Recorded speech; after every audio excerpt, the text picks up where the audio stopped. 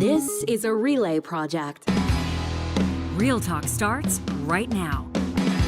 Here's Ryan Jespersen.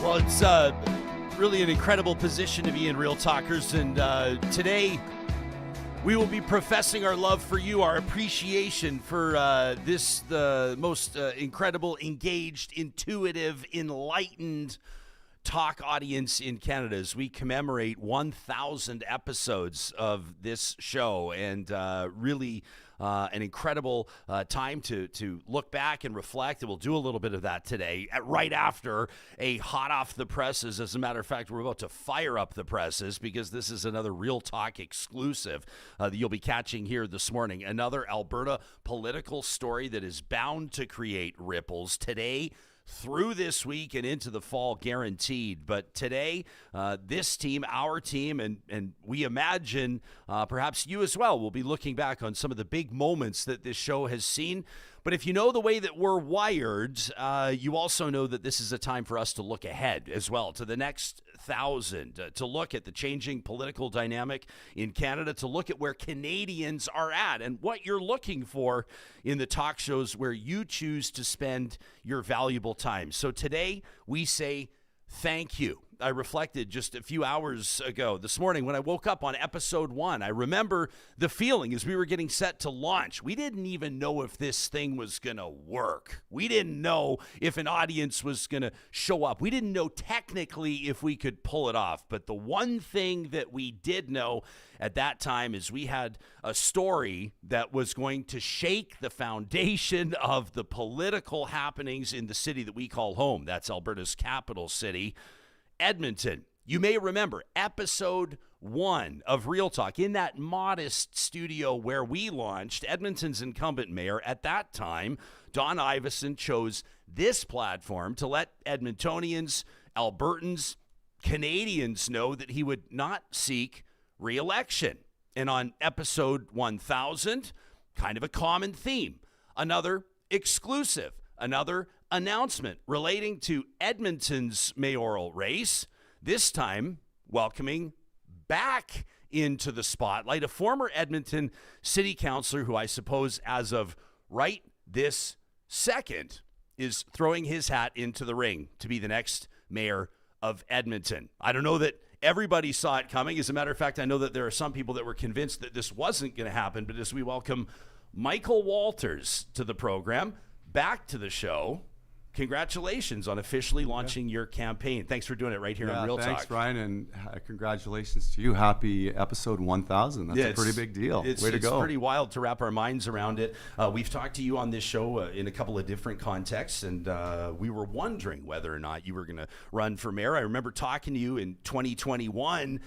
You're wrapping up your council career, and I think a lot of people, including pollsters, had a pretty good sense that if you were to run for mayor at that time, that you'd stand a very good chance of winning, but you decided not to run in 2021. You entered private business. You've been working and serving as a partner in a high-profile agency here in town, but what was it that convinced you to get back into the mix politically, especially relatively late in the game? Yeah, so what convinced me is the excitement that I feel right now. I feel the same way today that I felt back in the 1980s when I was a high school kid who couldn't wait to move to Edmonton. And so I was thinking about that this morning. I feel that same sort of excitement and pride and hopefulness about this city, the city where I've now lived for 30 years, raised my family, served my community, served on council, worked as a local business owner. I'm back because I think the city needs the kind of hopeful, optimistic leadership that I want to provide. I think it's an important moment for Edmonton. So didn't take me, I wasn't going to do it, and then I started to think about it, and once I started to think about it, it didn't take me long to realize that this was a great moment for me to come back, bring my skills, my leadership, my passion, hopefulness for Edmonton, and put together a plan for the next 4 years. Okay, so people in the know, people that run campaigns say, well, you're going to need between $500,000 and $1 million to run for mayor. You're going to need to gather a ton of support. You're going to need to hit the doors. You're going to have to get out the vote. I have to imagine if you were planning long term to pull this off, you would have started your fundraising, you would have started your team building, you would have started your door knocking long ago. Obviously, you saw something, or you didn't see something that prompted you to make this call. What was it? Yeah, well, firstly, I wouldn't be sitting here if I didn't think this was very viable and very possible. I feel like the early conversations I've had with a number of Edmontonians, former supporters in my old ward, certainly my family is all in with me on this. People across the city are excited, and everyone's a little bit surprised, and everyone's really supportive that I've talked to so far, and I think it's injecting some excitement, some positive energy, and a message of collaboration and unification into this race. I think the last 4 years in municipalities all across the country have been challenging post-COVID. Our political climate has been a little more divisive than it was back when I was served from 2013 to 2021. And I think there is now a real opportunity for a unifier and a decisive leader to come forward and put some coalitions together that can solve some of our big problems. When I talk to people about my willingness to do that, they know my story, my history, my willingness to work across partisan lines, with people from different traditions, different communities, different experiences. There's a lot of excitement and support that's emerged. So all those things you mentioned, the fundraising, the door knocking, the volunteers, it's all very promising. I'm very hopeful. We've built a campaign in the last 3 weeks that would typically take about 3 months because of the kind of talent that has coalesced and galvanized around me, and I'm really grateful for that. And now I just have to convince Edmontonians that this is possible, because it really is possible. Yeah, so you talk about a coalition, you talk about team building. This is the first municipal election Albertans have ever seen with political parties, municipal parties in the mix. Are you establishing a political party, or are you running as an independent? No, a political party does not a team make, certainly. And I think that I'm not running with a party. I will run as an independent, and whoever gets elected alongside me, if I'm fortunate to, it will be important for me, whoever they are, to understand what their passions are, what their skills are, what their talents are, and the things that they need to represent in their wards, and pull together a common, cohesive agenda that we can drive forward together for the benefit of all people in this city. So some people will look at this and wonder whether or not your previous career on council will hurt you. Other people will probably look at it and say, well, that'll give them an advantage. Emily's in our live chat right now, powered by Park Power, says if Michael Walters is running, if Michael Walters wins, the city is in good hands. So you get a little bit of name recognition there, but sometimes that might not work in your favor. Some people might say, well, this feels like a step backward. We need new leadership. What do you say to the doubters? Well, I think you get a little bit of experience, a lot of experience actually, and you get someone who's had a fresh look, a bit of a time away to think about the city and participate in the city in different ways.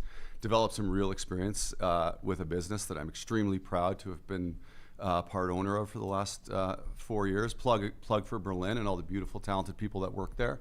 I can lean on a great 8 years in office, working on issues that I think a lot of people still care about, issues of affordability. I was passionate about housing choice, housing affordability. I was passionate about making sure that our city was climate and flood proof and resilient, and also at the same time save citizens billions of dollars in potential drainage infrastructure that we could do much cheaper than we would have done otherwise. There's all kinds of examples, things that I can point to in those 8 years that are going to be relevant to today and demonstrate the kind of leadership, the kind of approach to community building, coalition building, and getting things done.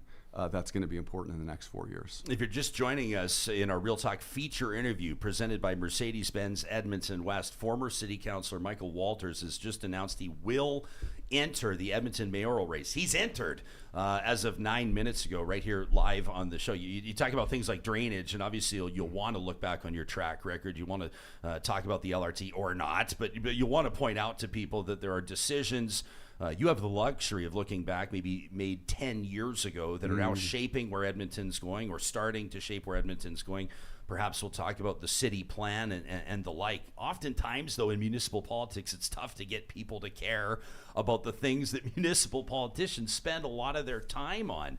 And you also get the sense that a lot of voters want their municipal governments to return to those boring issues. As you've watched the current council operate over the past 4 years or so, do you get the sense that they've been working outside their lane, that they've bitten off more than they can chew? What's your sense of this council's performance? Well, I think the temptation for a lot of councils is to think bigger than their financial and legislative capacity allows them to, because you want to take on big issues like poverty and issues like climate change and housing affordability, and a lot of that stuff you have some levers or no levers or a lot of levers, and you got to understand where you can be most effective. And I think our job looking ahead to the next 4 years is, we know that people are still struggling with affordability issues. So what can we do to build more housing?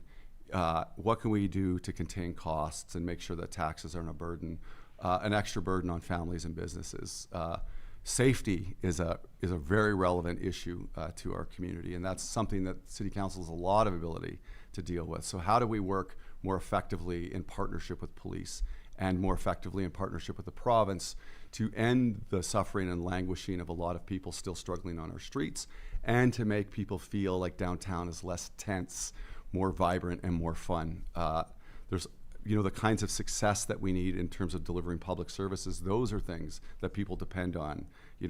Clear the snow, cut the grass, make sure the buses come on time, make sure that they're safe, make sure that we're providing services that help people and businesses thrive. And I think one of the things that I've heard in my conversations, not just in the recent weeks talking to folks, but in my work in the last 4 years, is we want to feel proud of Edmonton. And it feels like we've kind of drifted a little bit. We're not really, making the right choices on the small things. We're hesitating on the big things. People feel like we're stuck. And ultimately, we need a mayor that can lead us to an optimistic place, can put together a comprehensive vision with some focus, can bring the people together who can help us execute on those visions, make sure that we actually achieve the things that we say we're going to achieve. That's what I intend to do. That's the kind of leadership I want to provide to the city. So ultimately, those things are all very relevant to citizens, and the things that are outside of our jurisdiction, fundamental. Let me talk about homelessness for a second. Here we have, I walked around downtown Edmonton for the last 4 years, from meeting to meeting, client to client, and I keep seeing often the same people. I see the same young man in particular. He's probably a little older than my oldest son. I can smell him from across the street. Nobody's caring for him.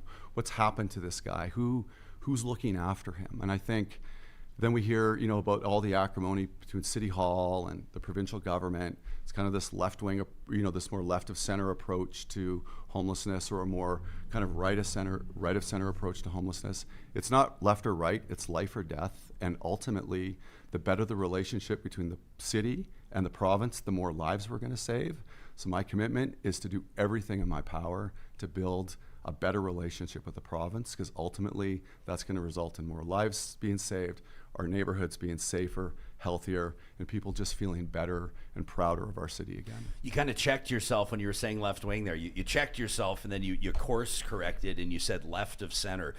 You've been known for a long time, I think, and been associated, at least perceived, to be a progressive politician. Are you concerned that a centrist background or perception of a centrist campaign won't inspire enough of a base in a fractured political climate? So I checked myself, because I want to make sure I'm using respectful language. And I think we all in this political climate have gotten a little too accustomed to, maybe being a bit hyperbolic or critical of others, which has led to division. So I'm trying to, in this campaign, it's a good example, being very careful and inclusive of the language I use, because I do want to bring together. So it is, I don't mean left wing as a pejorative. I just mean there's a particular philosophy and approach that has merit, but on its own isn't producing the results we want. Just like a more right of center approaches sometimes won't produce the results we're looking for. We're looking for the best ideas, and I think fundamentally what I'm talking about is the quality of the relationships we build. So when I say that it is a life and death issue, it is not a talking point. We see it. It is happening in front of us every day in our downtown and in neighborhoods across the city, and it's having an effect on the perception of safety, comfort, just overall pride in our city. No one's proud when we can't take care of people, and no one's proud when they can't feel safe going out to a restaurant or going to an Oilers game or walking through the LRT station. That's not the kind of city we want. And I feel like the relationships we build are going to be paramount to overcoming that. It's been a tough few weeks for the Tim Cartmel campaign based around this infill vote, and I think everybody's familiar with the story. If the Cartmel campaign had not stumbled over the past few weeks, would you still be running for mayor, or was that a huge tipping point? That didn't have anything to do with my decision. Really? No. Fundamentally, I had started having these conversations and sort of getting prepared well before that had happened. And I think this is really a question of the kind of leadership that Edmonton needs. We need this collaborative, unifying leadership in a time when there is a lot of division, and the infill debate is interesting, right? Housing is a major issue for our city. It's a major issue for every city in Canada. We have all kinds of opportunities to add housing stock to our city. Infill's one of them. And then when whether you're aggressive or not in terms of infill policy and the number of units you're adding to mature neighborhoods, you are going to get concerns. You're going to get backlash. And I feel like we too easily label people as NIMBYs when they have legitimate concerns about their neighborhoods changing.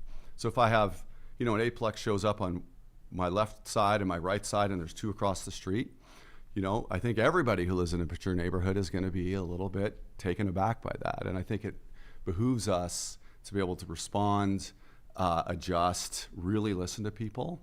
I think there was an opportunity with that vote to moderate that policy from 8 back to 6. That was a real opportunity to moderate, show some good faith, turn the temperature down. It's really unfortunate that opportunity was missed, but certainly that's the kind of issue where we have to bring people together. We have to unite people. We have to keep a cool head. And I think fundamentally, when I started to think about this, it was really about the kind of leadership that I didn't see in the race and that I wanted to put into the race. How would you, the incumbent is not seeking re-election, Amarjeet Sohi, but obviously, the mayor's in a position to rally council. The mayor's in a leadership position that far exceeds the expectations that people have of their councillors.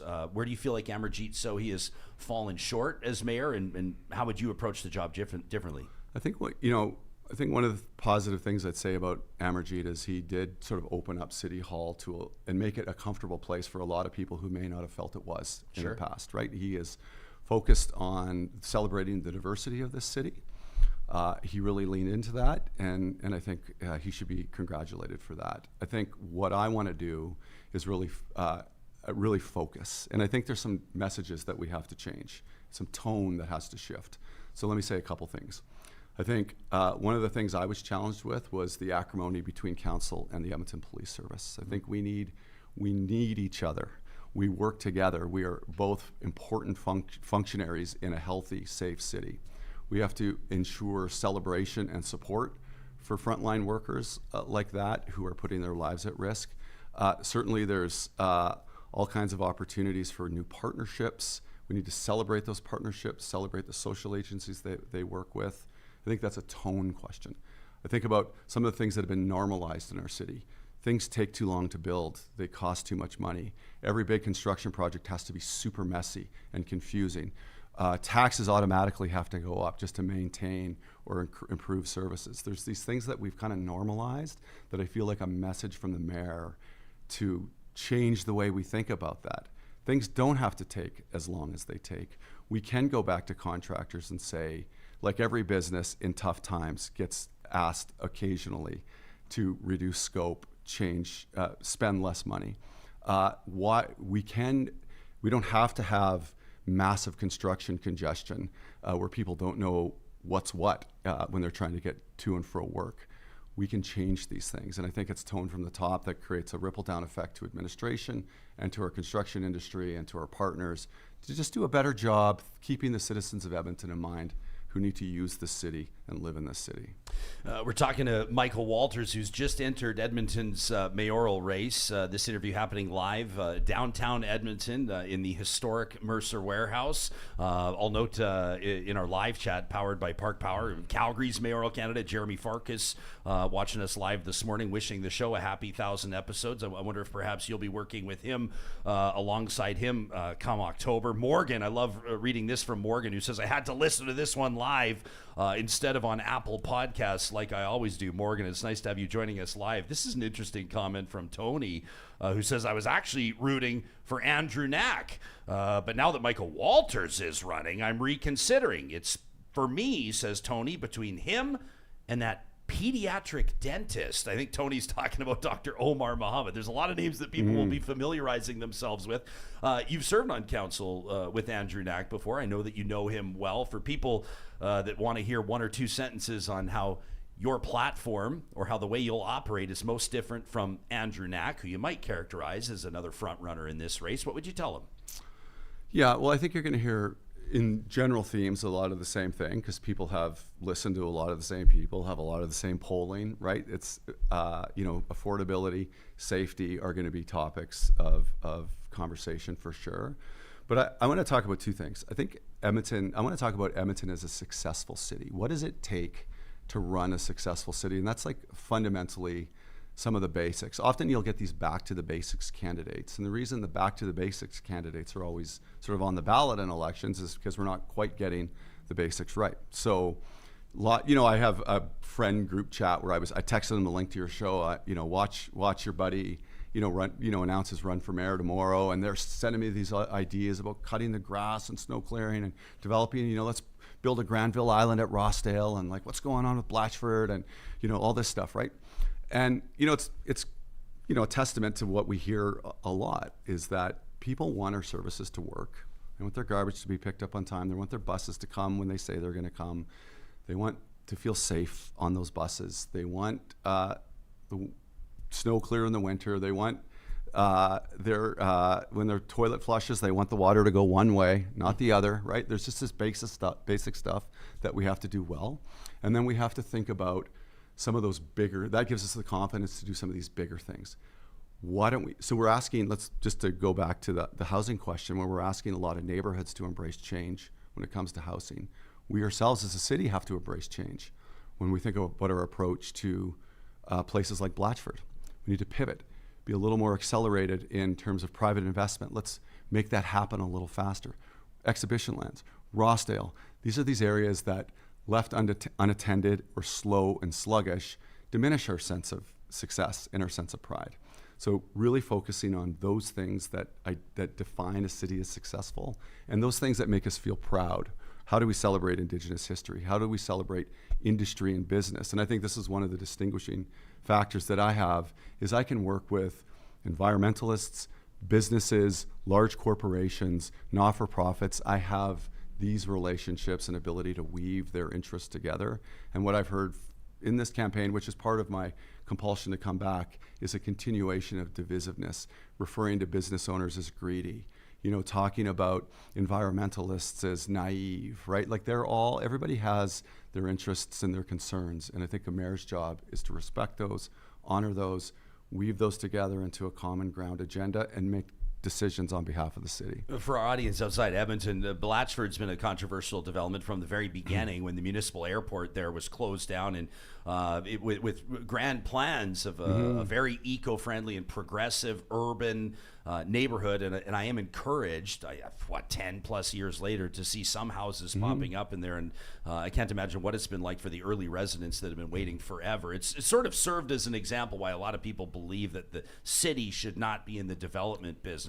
I've also seen, I want to let you touch on that, but I've seen very few politicians or political candidates even reference Rossdale. I think because of many sensitivities. Obviously, there's a long and very significant Indigenous history in that area. But also people, including in tourism, people in economic development, look at that pocket right on the North Saskatchewan River, and they reference Granville Island in Vancouver or the Forks in Winnipeg, and they can't help but see enormous potential. But it seems like you got to be pretty bold to suggest that area should be developed. Bold because of an important relationship and partnership that's potential with, you know, the Confederacy of Treaty 6, Indigenous partners who are all in so many ways committed to economic development for the benefit of their own folks and their own nations. And why wouldn't we entertain or explore in partnership, led by the Indigenous community? You know, those sensitivities are real. That is a very important and historical and spiritual place for Absolutely. many of those communities. I understand that. But you see the excitement at the ballpark. You see what Randy Gregg and the Riverhawks have created, what kind of experience of joy and happiness and fun and the summer sun. Another on the packed banks. house the other night. So you could imagine that sort of blowing up across the area, led by Indigenous partners, Indigenous investors, with the support of the city. We don't have to do it. I'm going to say this, I don't think the city should be in the land development business. I think we should be the service providing business, and part of what we're doing related to land, we can have ambition. We are a planning regulator, we're an enabler, but we are not a developer. That is not who we are. We have an exceptional and innovative real estate industry in this city that has done some pretty amazing stuff, and I think letting them loose on some of these projects, again, noting that we still are the regulator. The city is a real important partner there. We can set the vision, we can set the ambition. The challenge with something like Blatchford is the space between ambition and execution has been pretty vast, and it's starting to close, and I think there's been some progress. So I want to give credit where credit's due. You know, there's some good folks working over there that are doing a really great job, have been trying hard, haven't given up, persistent, but that's the kind of example I want that to become something that we talk about proudly, not something that we hesitate to bring up or turn away when someone mentions it or rolls our eyes. We have to be proud of this city. It is so worth being proud of in so many ways, and there's some things that we can improve. Michael Walters joining us in this Real Talk feature interview presented by Mercedes-Benz Edmonton West. You were part of council during some polarizing decisions, for sure, from LRT delays, budget battles, and more. What do you own from your previous term that maybe didn't go so well or didn't age well? Yeah, I'm not trying to be too clever, but I can't think of something that didn't. You know, we certainly had LRT, you know, right when I got elected in 2013, a few months later, administration said, oh, by the way, the Metro line's going to be really late. And then it kept being really late and really late. And that was, you know, certainly a stain in our term. And I think the sort of story around project management, the narrative around project management and our inability to do those things well really started to take shape. And we made a number of adjustments. And I think part of the challenge is we just kept adding more projects and spending. And then that carried on into the next 4 years as well, where we just have so much going on. So much of our capital budget is focused on new projects versus renewal, which is something I want to really think about, shifting the ratios on that. But we're stretched, we're overstretched. And is Edmonton growing too quickly? Well, it's growing as fast as it is. You know, whether it's too quickly or not, 140,000 new people have moved here, give or take, since I was last the city councillor. So that's tremendous growth. As a result, our economy continues to be one of the leading economies in the country, so that's really positive. But we can anticipate this. This was what the regional growth planning work that Mayor Iveson led, that I was a big part of back in 2013 through 17, is anticipating the level of growth that we're going to see. And then you add in the Alberta's Calling campaign, which is a pretty good campaign. It's pretty effective. You know, people from all over the country and the world moving here. So we didn't probably keep up. We weren't as focused on growth. We weren't as focused on reacting to growth as we should have been. And I think about housing as an example. You know, we have opportunities to continue to grow in our suburban communities, which align with Edmonton's climate goals. You know, our city plan talks about 50% new housing outside the Henday, 50% in. Think about suburban communities that are, you know, my neighborhood where I live in a mature neighborhood is 25 units per residential hectare. The new suburban communities are pushing 50 units per residential hectare, so much more dense, much more transit friendly.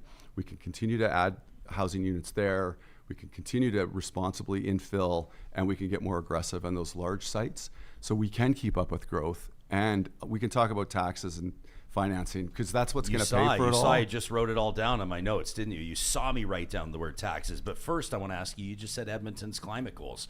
Does it make sense for a municipality to have climate goals? Does it make sense for a municipality to ban plastic bags and plastic straws and get into the mix on that? Yeah, I think those things are dubious. Those little sort of things that irritate people, and I can't really draw a straight line to emissions reduction in some of that stuff. And I think those were good intentions. Our council, I'll own that. Our council approved some of that stuff, but you always have to be willing to look at whether or not it's actually working. The last thing you want to do is tell your citizens who are really committed to strong environmentalism that you're doing one thing, you're charging them more money for it, and it's actually not working. It's the worst thing you could do. So I think it's important for the city to have sort of objective climate goals that, particularly in things that matter to them, land use, transportation, the city operations. Like, we need to be stewards and models if we want everybody else to be, but we have to be practical about it. We can't be, sort of pie in the sky that, the city of Edmonton's gonna, protect us from the horrors of climate change. We can do our part. We should have reasonable goals, but we have to be reasonable. You saw this story. I'm sure the province's infrastructure minister, Devin Dreeshen, confirms that the provincial government is actively reviewing bike lanes. My paraphrase of his comments, he's basically saying we don't want to see traffic flow capacity diminished as the province is spending hundreds of millions or billions into expanding that as the cities grow and the like. What's your take of not just this, the province commenting on municipal infrastructure, which is significant, but the bigger picture?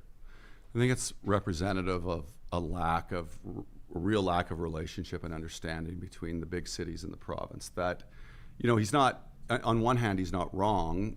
I would suggest that that's perhaps a bit out of his lane. But I think there's a shared interest there is that they are investing in projects that are important for our city. We don't want those projects to be impeded with poor infrastructure and planning and execution on our part. So an example, when I first was running, I was happily running away in 2013, knocking on doors, and then some trucks rolled in on an late August morning and painted some bike lanes on 40th Avenue and 106th Street in the old Ward 10. And suddenly the whole election in that era became about that. And what I quickly learned is that people aren't opposed to this kind of infrastructure. People love cycling, people love health, people love sustainable cities. They just want it done well. And in those cases, those painted lines on the road back in those days weren't the kind of infrastructure people liked. So I moved them. I didn't eliminate them. We just moved them to a place where they were off the road, pathway that still connected to a larger bike grid that people could use safely. The sort of 880 cities model. You build infrastructure that's safe for an 8-year-old and safe for an 80-year-old. It's safe for everybody. So I think the question of integration with major roadways, that has to always be considered. But we could quibble about where a bike lane should be or where it shouldn't be, but I think what we're talking about here is a relationship to the province. What are our shared goals? Mayor's job doesn't matter who's the premier, who's the government of the day. Mayor's job is to have the best relationship you can so that it works for both. Because people who live in Edmonton are provincial voters, they're municipal voters. They want it all to work. Yeah, I think it's safe to say if there's a better relationship between cities and the province, I'm not trying to oversimplify the dynamics at play there, but you don't have the province getting in the mix on the Green Line in Calgary. You don't have the province commenting on how bike lanes are being rolled out. Well, I think we get it to a spot where really we probably agree on 75 to 80% of stuff when you think about the two provincial and municipal administrations and what they're actually working on. But then the politicians set up camp in the 15% that you don't agree on and wage war. And I think that's what we got to change. And I've seen signs from the province, notwithstanding some of what people may call intrusions. I see signs from the province where they're willing to work with large municipalities. Certainly what you'll get from me as mayor is a tremendous willingness to work where we can work together to help our people. We're talking to Michael Walters live in the Real Talk studio. He's just announced he will seek the job as Edmonton mayor in our live chat powered by Park Power. Matthew says, please don't cut Blatchford. Says they're building hundreds of units a year now and starting work on a mixed-use structure and apartments says we're finally seeing return on investment. We shouldn't stop now. We won't stop. Well, I don't think we want that's it to go faster. It's not an option to stop. We We need the housing faster. 100%. Justin, thanks for your YouTube channel membership, Justin. We sure appreciate you here, recognizing you on episode 1000. Says, I like Michael Walters. I definitely recognize his name, and I like the overall message that he's delivering here. I do worry, says Justin, he's going to split the progressive vote, and I disagree with his infill position. But still, says Justin, he says, now we have a mayoral race. That from Justin. I don't know if he knows what my infill position is. Well, what is it? I mean, you spent a couple minutes talking about it. I think you're coming across as pragmatic, realistic, but you want to further specify? I have my infill scars from my re-election in 2017 when the city began to sort of move the issue forward. I just think balance. Listen to local residents. The opportunity to moderate from 8 units to 6 units mid-block was a good first step. Missed opportunity. Huge missed opportunity. And I think, so my position is we need housing. Mature neighborhoods need more density. Most people in mature neighborhoods know that and believe that. I think it's just about really listening to them. Don't call them NIMBYs because they have concerns. That's my position. What about the other part of Justin's comment about splitting the vote? How much does that factor into your mindset? Well, I don't, like, whose vote am I splitting? Well, it's not really your concern. I'm not concerned. I think maybe they're splitting my vote. I'm not sure, but I don't think this is the issue, right? The issue is who can put forward the most unifying, progress-oriented, likely to achieve agenda because it's a realistic agenda and I have the skills to deliver on it. That's what I got to convince Edmontonians of in the next 3 months, and I'm going to work 16 hours a day to do that. All right. But you want to ask me about taxes. Oh, I want to ask you about a whole bunch of things, but I'm going to pay a couple of bills first here. And also today I'm recognizing our partners and our sponsors and our supporters in a bit of a different way. 1,000 is just a big milestone for us. I want to thank you for being here and for giving us yet another Real Talk exclusive, Michael. We sure appreciate it. My pleasure. But this show it's the least I could do. Yeah, this show doesn't happen without the support of incredible sponsors, many of them that have been with us for a long time. And we want to recognize our friends at North Road Investment Council today. Summer this time of year is a great time for many successful Canadians that are going to be pausing and reflecting on their career and retirement goals. And at North Road Investment Council, they're working with Canadians who've done just that. They've built successful careers and now want to ensure that their wealth is being organized to deliver a successful retirement. The typical client at North Road has about $2 million in investable assets, oftentimes coming from analytical, detail-driven professions like engineering or architecture, dentistry. If that sounds like you, the team at North Road Investment Council is interested and open to a conversation. You can visit their website today at northroadic.com and start that conversation built on clarity, discipline, and true alignment. Boy, do we ever appreciate our friends at Friesen Brothers. Been with us since episode 1. We were getting tagged in Instagram posts all through the weekend. Real Talkers that were checking out Watermelon Fest at one of their 16 different Alberta locations. Friesen Brothers understands family. 70 years in business this year, still family owned. Unbelievable. I want to make sure that August 1st is circled on your calendar, the first of every month. They take 15% off all grocery purchases, $75 or more. That's huge for families trying to make the most of every single dollar. You can visit them in store. Ask for that Family Essentials flyer. We love that one. It helps us put good food on the table at a price we can afford. Or, of course, go visit them in store. Say hello to their butchers, their bakers. Friesen Brothers is proudly Alberta-owned and Alberta-grown. And we want to thank our friends at Park Power, your friendly local utilities provider, for their ongoing and continued support of the show. If you visit parkpower.ca/realtalk, you can find ways to save up to $150 off your first bill when you bundle services, internet, electricity, and natural gas with Park Power. Right now, they're offering a new low promotional power rate of 7.28 cents per kilowatt hour. That's one of the lowest in the province. Plus, they offer Alberta's best solar loyalty program, the Solar Club. Park Power is helping Albertans with solar earn more from their systems. You can learn more on their website. That's parkpower.ca. A Real Talk feature interview presented by Mercedes-Benz Edmonton West. It's Michael Walters, wants to be the next mayor of Edmonton. I feel like it's almost a foregone conclusion. When you talk to people in politics these days, they just acknowledge, or at least that's the way it comes across, that property taxes just have to go up. They just have to go up. And the conversation in mind-boggling context has almost become whether or not it's going to be a single or double-digit increase. And I don't have to tell you, I don't have to tell this audience, for folks, like you talk about those 80-year-olds maybe on fixed incomes, for families, parents are working 2 jobs or a single parent's working 3 jobs to try to make it happen. That's not something that can continue long-term. So what's your promise on property taxes? Yeah, promise and a plan. So you're right. Whether you're a newcomer who's just moved here who wants to live in a city that provides good services, safety, opportunity, whether you're a longtime business owner who's sort of feeling like you're getting buried under them, or you're a senior who still wants your grandkids to have a cool city to live in, but you're on a fixed income, you can't afford it, or just a regular family struggling with affordability issues. This myth that in order to maintain or improve services, taxes have to go up needs to be dealt with seriously. There's a myth that kind of buoys that other myth, which is that every single dollar in the budget today is driving some kind of outcome and is a useful dollar. So in a $3.5 billion budget, I think any reasonable Edmontonian wouldn't subscribe to that theory that every one of those dollars has value and utility. So the result is just this ratcheting up of taxes every single year, year after year, just to basically pay for what we have today. And what the other impact of that is that it really affects our competitiveness. So you get a situation where our non-residential or our business tax is 3 times higher than many of our neighboring municipalities.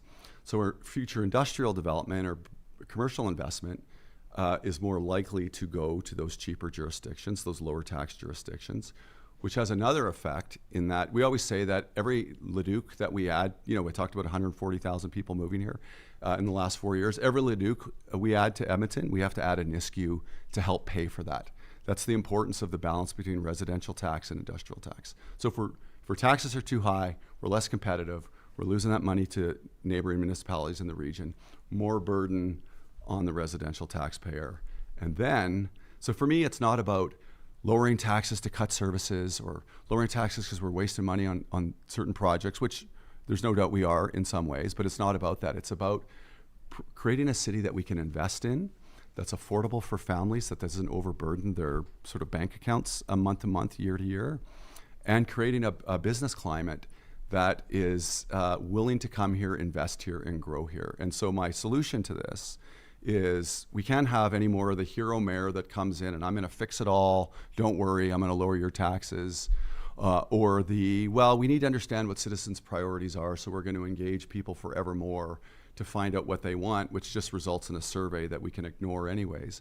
What we need to do in this coalition building spirit is use more of our community to help us with this problem. So number one, when we go into this year's budget, the best I can do is promise that I'm going to try to lower that 6.4% tax increase. It is too high. That is unacceptable. People cannot pay for that. Businesses cannot afford that. People are feeling squeezed. I don't want to reduce services.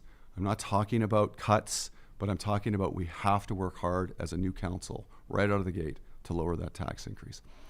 In front of the next 4-year budget, this is the more reform, restructure approach that I want to take, which is to have council mandate what I would call a budget reform commission, which is the chamber, our labor unions who represent all the workers who are affected by this, large arts, not-for-profit organizations. Our real estate industry is responsible for about 35 to 40% of our total GDP, right? Has a huge stake in this. And then some more external independent sort of auditors association folks that can help with a council mandate, give us the advice we need to restructure this budget so that we're in a position ultimately where we can not simply just raise taxes to pay for what we got, but reorganize our priorities and make sure there's room to save people money and make the investments in the future that are going to make this city amazing, more amazing, and keep our kids here. Yeah, I know that there's a lot of people that feel like the city's kind of hamstrung with budget based on salaries and collective bargaining, and I mean, basically payroll is a simple way to put it. Right, and this is why it's important for the unions, our coalition of Edmonton civic unions, to have a seat at the table. they don't want the budget to be unnecessarily large. Certainly their job is to fight for the dignity and the good wages and safe working conditions for their members. That is their job. Well, what they definitely don't want is to collectively bargain something fantastic for their members that's on the front page of the paper right alongside a 9% property tax increase. That's right. Because people draw a direct Because their line members between the two. their members also pay property taxes. Of course. Right? So they are in this with all of us, right? This is not a union versus business issue. We all have the same interest here. So the solution is the same, whether you're a low tax advocate or you're a I need more urban amenities advocate, the solution is the same. Our long-term financial health is not clear and is not good at the moment. We have significant infrastructure deficits on the capital side. We have people moving here at a pretty substantial rate, as we've discussed. We have to prepare for this, and we're not going to be prepared unless we rethink and reorganize our budgeting process, the things we're spending money on, and finding different ways to deliver the same services, right? And I think it's important that we realize the voice of the business community, the labor community, the arts community, the post-secondary community. These are all essential components to our city's wealth and economic success, and they all need to be at the table at this. And I want them together I want council to give them a mandate, give us advice that we need in advance of the next 4-year budget, because I do not want to sort of steward over 4 more years of 5%, 6%, 8% tax increases, because people cannot pay for those. In our live chat powered by Park Power, Aaron says, Michael Walters was my councillor for quite some time. I was unhappy with some of the transit changes, and I wrote to him.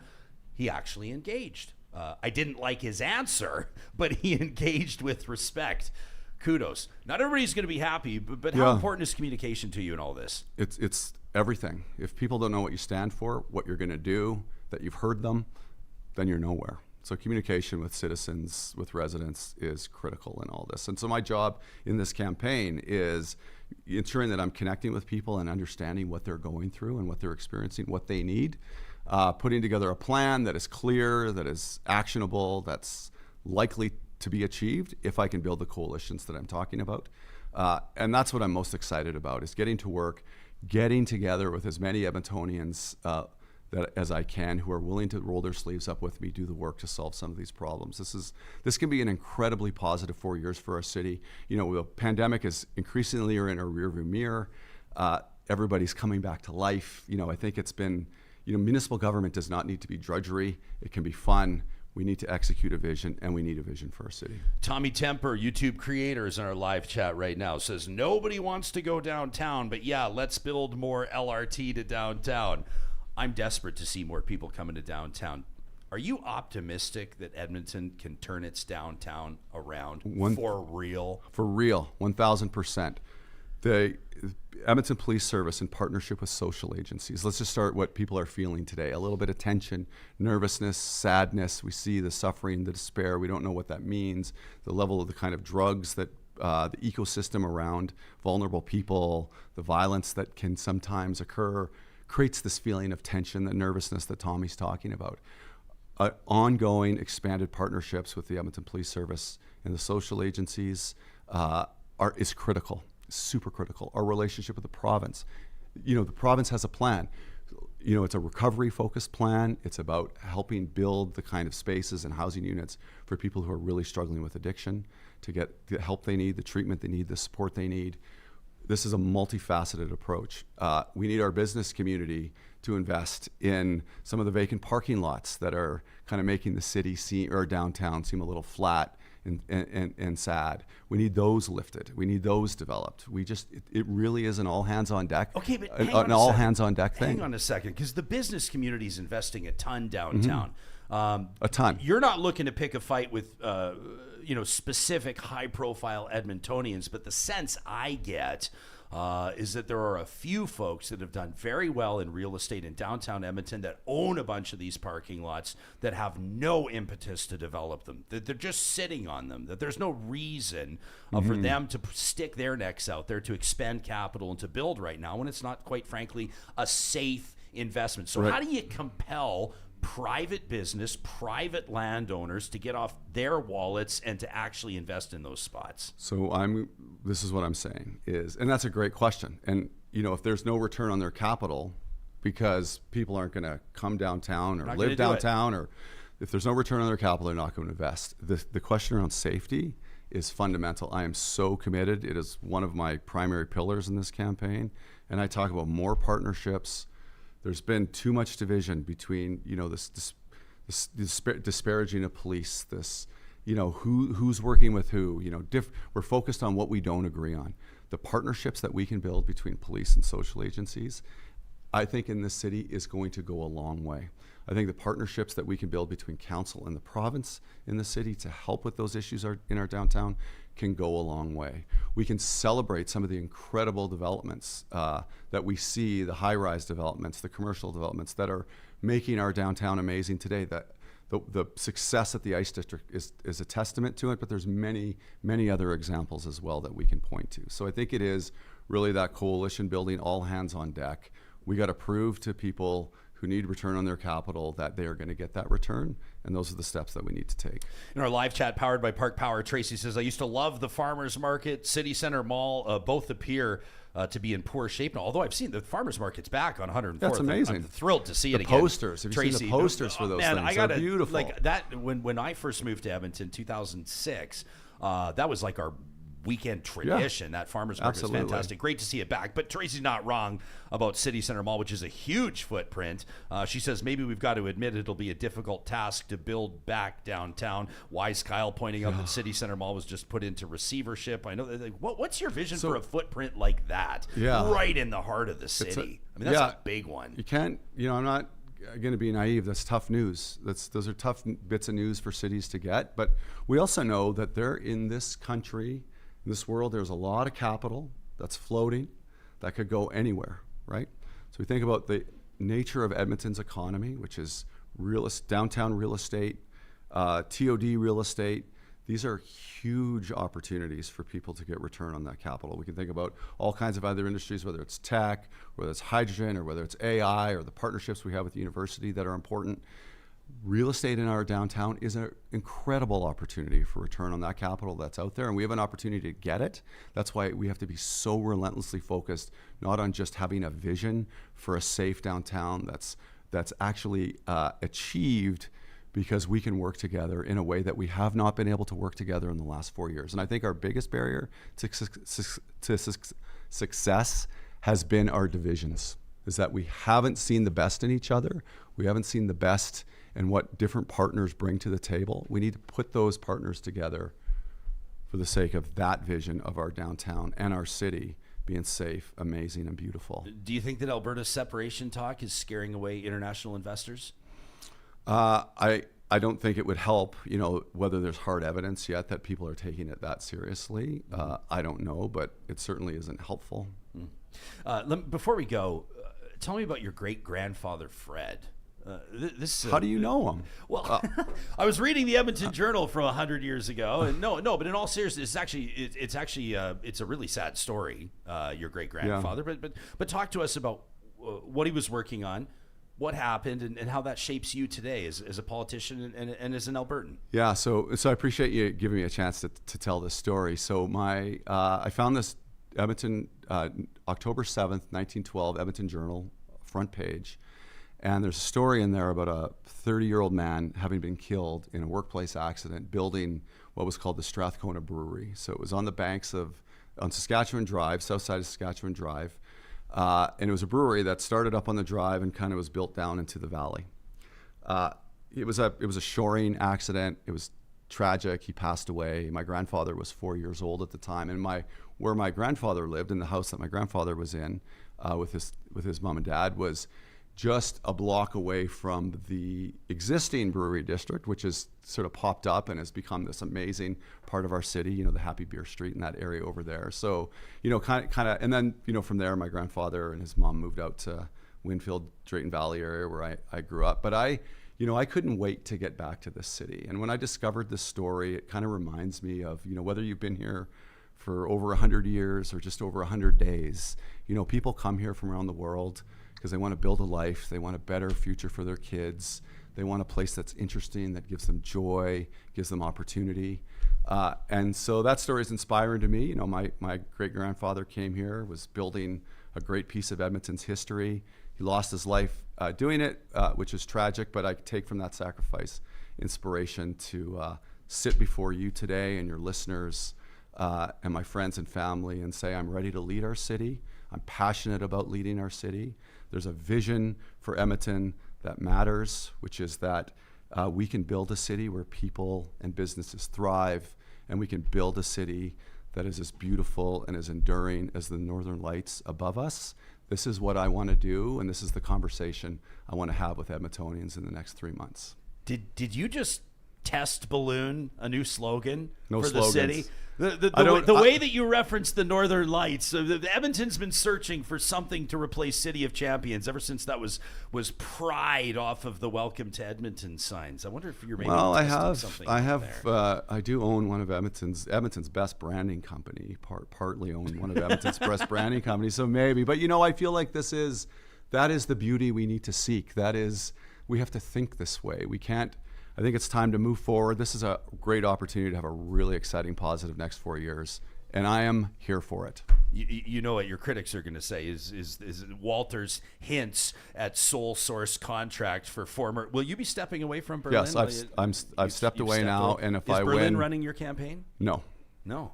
Interesting. What's it like, by the way? This should have been question number 2. What's it like? I'm trying to do the math. So, like, elections October 20th. So we're like 3 months away. I mean, your whole summer plan has just changed. God bless your family, because I'm like, Kara, do you want to do something different this summer? You just hit the red button on your summer plans. Yeah. But what's it like trying to put together not just a campaign team, but a winning campaign team when a lot of the talent's been snapped up already? It's been, well... Are you poaching from other teams? I've been grateful for the people that have stepped up for me. There are people that in some cases have been helping me for years. And so for them to believe in me, come back, put the time that they put in the last few months, my campaign team is second to none. And I'm proud to know them, proud to have their support. Hey, I wish you all the absolute best. I think it's a really, I say this on the show all the time. People that put themselves out there, in the pursuit of something more than themselves, and in this case, city building and leadership and all that. It's hard work. Oftentimes it's thankless work. But before we really start talking about you got to go win, and of course Edmontonians will be voting along with the rest of the province. The municipal elections coming up on October 20th. Between now and then, we wish you all the absolute best. Michael, thanks for doing this. And thanks. Congratulations to you. This is a testament of how amazing things can be in Edmonton. So good job. I agree. And if I can just accept that compliment and continue for a second, Johnny and I talk about this all the time. We built this studio downtown for a reason. We're in the historic Mercer warehouse for a reason, right? We're in the capital city for a reason. And, we're building our lives here and raising families here, and I'm quite passionate about it. I just spent my last week down in my hometown of Calgary, and you kind of take and you look and you contrast and you compare and what's working in cities and where are cities experiencing challenges. And I will say, with Edmonton, the thing that struck me when I moved here 20 years ago, and the thing that still strikes me today, is in Edmonton, it's the people. And I think when you have people that believe in something, and people with that incredible Alberta spirit, which I do think is a thing, I think you can do remarkable things. So I wish you well the rest of the way, Michael. All right, let's do this. You can check out michaelwalters.ca for more on the campaign. And, of course, appreciate those of you that will be sharing this interview with friends who will benefit from it or be interested in it. This interview was made possible with the support of amazing Real Talk sponsors, and we continue to recognize our partners today as we celebrate 1,000 episodes, and that includes our friends at the Edmonton Chamber of Commerce. Make sure you're following them on Instagram at Edmonton Chamber. They got a ton of networking opportunities. I mean, that's just one of the benefits of membership with the Edmonton Chamber, including the Chamber VIP Lounge. That's coming up at Taste of Edmonton as you soak up Edmonton's signature food festival from their private VIP lounge on Thursday, July 24th down at Winston Churchill Square. Your ticket will include lounge access, 2 adult beverages, and of course savory eats from Spice Bros and Paraiso Tropical, all while you're mingling with business leaders, enjoying live music. You know the deal. You can check out tickets, pick them up on their website. That's edmontonchamber.com. Plus, coming up Friday, July 25th, later this week, Coffee with the Chamber. They're not just gathering and some lame conference room. Nah, sidelines of Commonwealth Stadium. How cool does that sound? Hosted by your Edmonton Elks, an opportunity to network from the exclusive Field Level Lounge. Surprise fan experiences in store. You can enter to win Elks swag, including a VIP suite package. You can find all the details. Learn more about the benefits of membership at edmontonchamber.com. California Closets. What can we say? Where do we start to talk about California Closets of Canada? This is an incredible Alberta-owned business, a family-owned business that's providing the absolute best custom closet and storage solution design and installation for the entire home. Make the most of your space with their custom organizational systems, whether you're looking at a Murphy bed to transition that home office into a guest room when mom and dad visit. Maybe it's a laundry room that'll finally look organized, allow you to work efficiently, or maybe it's that dream walk-in closet in your primary bedroom, the one you've always envisioned. California Closets can work with any space, any budget, and it's all guaranteed for life. You can request your free consultation today by visiting californiaclosets.ca. And man, what a summer. What a season it's been out at the Ranch Golf and Country Club. This is, without a doubt, Alberta's best public course, located just a few minutes west of Edmonton. You know, it's 20 minutes from downtown Edmonton out to the ranch. It's easily accessible. It's the most fun you're going to have out at a golf course, and that course is in top-notch condition. A fun, laid-back, and accommodating public golf course. The ranch is consistently named in the top 100 golf courses in the country. If you're in charge of planning a golf tournament, a special event for your community group, your nonprofit, make sure you reach out to Murray, Adam, and the team at the ranch. You'll be in good hands. You can start that journey today at theranchgolf.com. As we celebrate 1,000 episodes, we also recognize that this show simply would not happen, and I mean it literally would not happen without the show's incredible technical director, that is the intrepid John Hicks. Come on. Johnny Infamous. I'm sure it would happen somehow. And today, Johnny, this is so unfair to you. Why? But in light of 1,000 episodes, in light of Michael Walters launching his mayoral campaign on the show, number 3 on our list is wishing you, our beloved pal, a very happy birthday. It's so good to see you, and happy birthday. I missed you last week. Oh, did you get some relaxing time in? Did you have This is what this guy does. He changes the subject. As soon as you start to talk about him, he changes the subject. How are you feeling on your birthday? I'm feeling good. You know, I often joke about this. I say this, but a good friend of ours, Andrew Walker, host of The Hedge here, that's right, once said to me, I tried to make a big deal out of his birthday, and he said to me, Johnny, birthdays are for little girls. I said, what do you mean by that? And it's just something that stuck with me. Of all the things Walker said, which are just outrageous. If you know Walker, he is an outrageous human. He is untamed. He is unfiltered. He said, you know, everyone's got a birthday. You know, he's like, I didn't do anything right. My mom got knocked up, and she's the one who you should call today and say, good day to. That is and such a cynical... It just stuck with me, though. And he, you know, as jaded and as it is kind of dark, I had to agree with him. I said, you know what? Everyone's got a birthday. Nobody did anything special, but it's nice. It's nice to get texts. It's nice to connect with people that you haven't connected in a while. And, you know, I was going down a TikTok rabbit hole last night and seeing videos, and one of them was about, you know, how we only have so much time on this earth and you need to connect with people. So the biggest thing I like about a birthday is seeing a text from someone. You're like, you know, I haven't talked to this person in like 6 months, and then driving home after work or in the evening after you have your birthday cake or whatever, you know, giving them a call and connecting with them and being like, hey, like, this is what life's about. Work is fun. Success is great. 1,000 episodes is great, but the connection, the family, the friends, these are the things, like when someone leaves this earth, that you're like, that's the stuff we need the most of, we need more of. I mean, everyone who leaves this earth, when we eventually do, and you're going to look at that memories of that person and be like, we didn't have enough time. So I think that's what I'm going to do today, is kind of reply to these texts more than just a heart or a emoji thumbs up. You know, really connect with some people, have some conversations with people I haven't connected with in a while, and Maybe that's part of getting older too. Yeah, you can do that. sentimental You old can guy. do that after our birthday lunch because I'm planning because I got big plans, and these are bolstered by like Noob and Super Chat Ken and others here in the Super Chat that are Ken K as well at $20 from Ken K wishing us a happy 1,000. Super Chat Ken says a tremendous contribution the show has been to Alberta.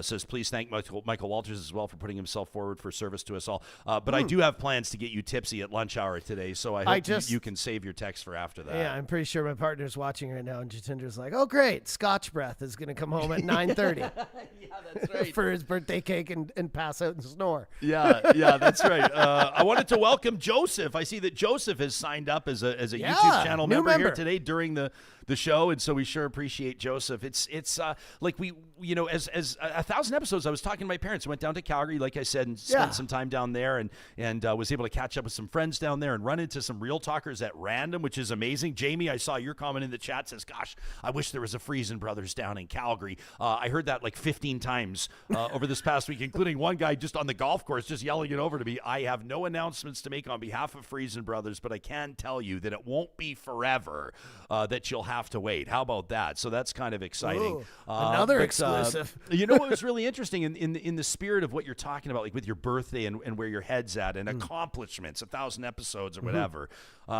Did you see Scotty Scheffler's comments over the weekend? He made them before he won the Open. Yeah. Another decisive win at the Open for Scotty Scheffler in on a beautiful Irish links course. Boy, what a tournament it was. But just talking about perspective, and he says basically, he talks about being one of the best in the world. I mean, he's bar none the best in the world right now. But he says, I've worked my whole life to get here. He says, but to be honest, like winning a tournament. He says, like, the thrill lasts but a few minutes. Yeah. And then you start to wonder, what's the point of it all? And he said, the minute that golf would ever stand in the way of me being a good husband, a good father, would be the last day that I would play golf. And I just thought, what a remarkable perspective from somebody. It really is crazy. When you're younger, like, you don't listen to your parents, your grandparents, all the older, wiser people who are like, soak in every moment. Because, like you just said, the times you have big success, big things happen, you have a baby, whatever, those moments of joy, they last a few minutes. But like family and friends are the most important. When you're younger, you're like, whatever, I want to party, I want to have friends, I want to be in love, life is fleeting, blah, blah, blah. And you don't gain the perspective. So isn't that life's joke on everyone? It's like you don't get wise until you're older, until you've been through everything, till you've experienced it. And then you look back and you're like, damn it, Grandpa was right. I should have gone to the family barbecue and spent more than 15 minutes there and took off and gone to the concert with my friends or whatever. But like, it's just maybe that's part of getting older too. People are asking how old I am in the chat. I am 32 today again. Carrie guessed your age, and I think what? And no, but she incorrectly guessed it. Okay. And I think you would be thrilled. I always at the number she guessed. I did 3 weddings this week, and people came up to me and they're like, blah, blah, blah. And I'm like, oh, I'm getting too old for weddings. And they're like, what are you like 31? I was like, honey, I like you. I like you a lot. What song can Infamous play for you today? Darren says, my birthday was 3 days ago, and it took a lot of work to convince my wife I actually don't want to do anything special. Same with me. I'd like to have a good meal, and that's about it. I don't want a big hullabaloo. Well, he says his family ended up taking him for dinner. I like he says supper, by the way. He says supper.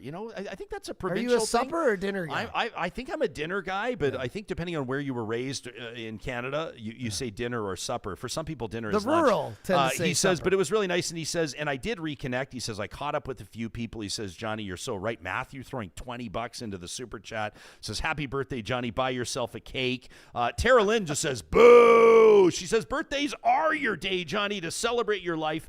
And she says, you should send your mom a gift because she had to do a lot. She says, enjoy your special day, Johnny. That's the real person who should be getting the congratulations today. Yeah. The mom who pushed me out and then dealt with my teenage angst and all the crap I put her through. Man, I called her on the way to work today. And I was like, Mom, this is your day. I love you. You did everything on this day, 32 years ago. Beautifully said. 32 years and change. Cheryl outside. Thank you, Cheryl, for your support. Your YouTube membership says, agree. She says, I had a work crisis last week. says I was going to cancel mountain plans with my family, but I paused. She says, work won't remember that a year from now, but my daughter and I will never forget a shared summit.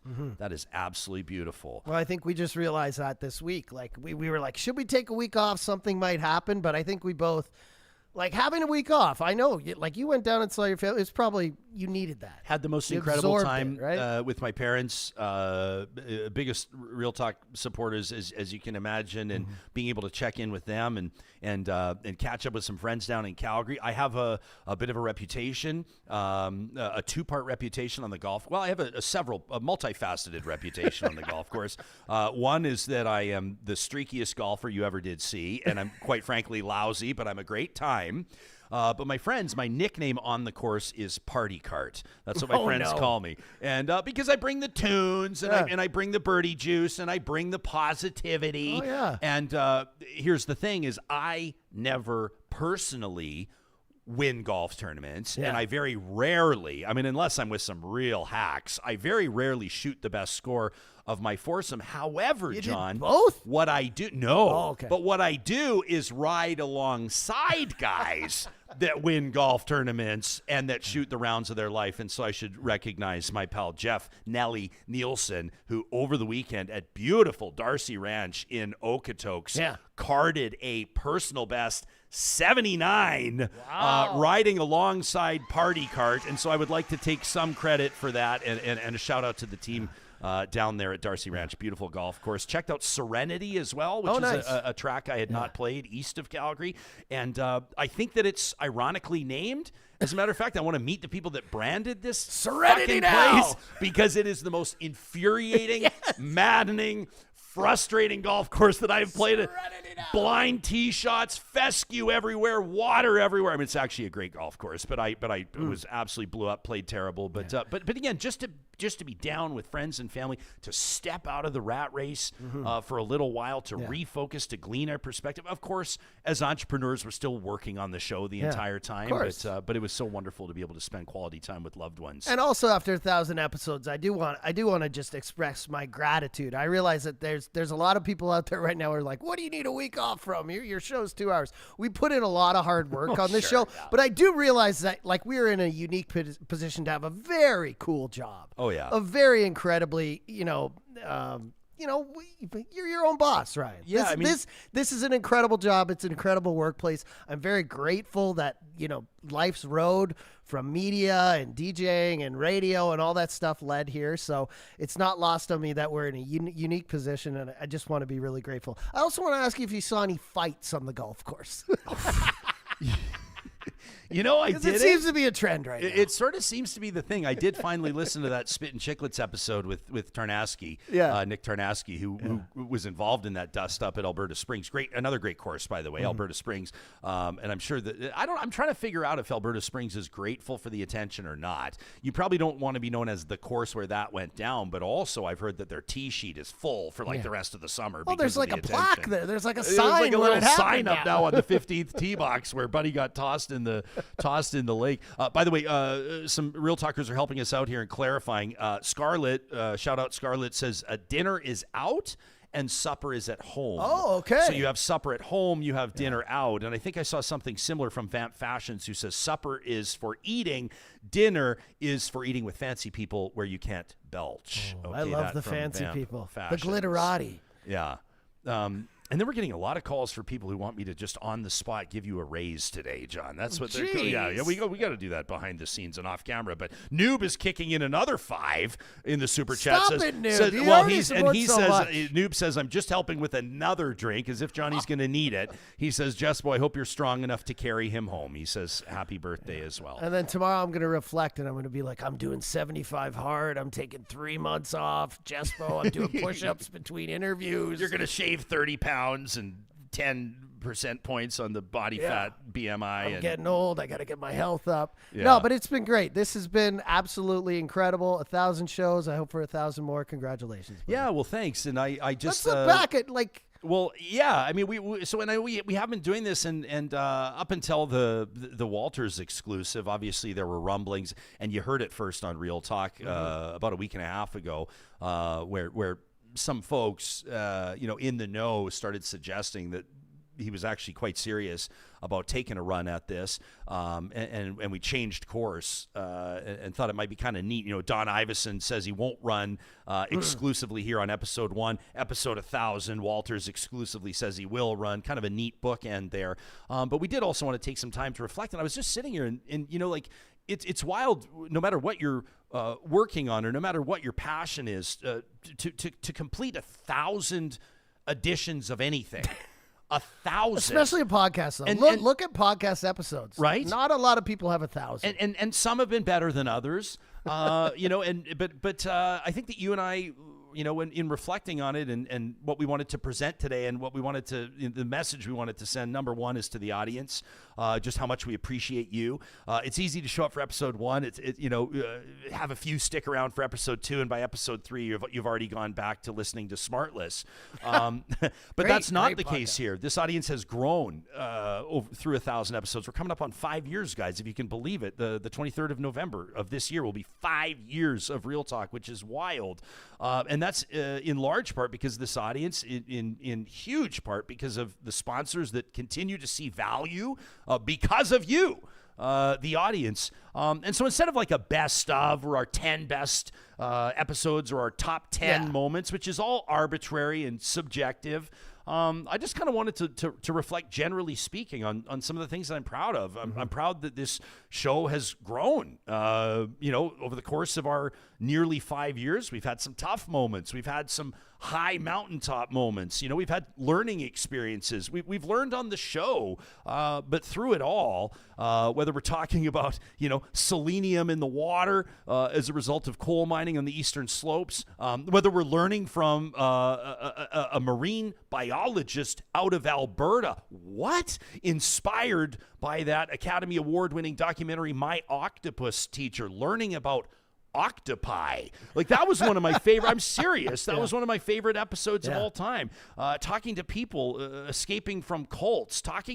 What about Bonnie Critchley, who joined us? I was just going to say, John, I just got a notification. Probably my favorite. Just most recent. our TikTok alone. On Bonnie Critchley. She's the independent candidate running against Pierre Poilievre. That by-election coming up on the 18th of August.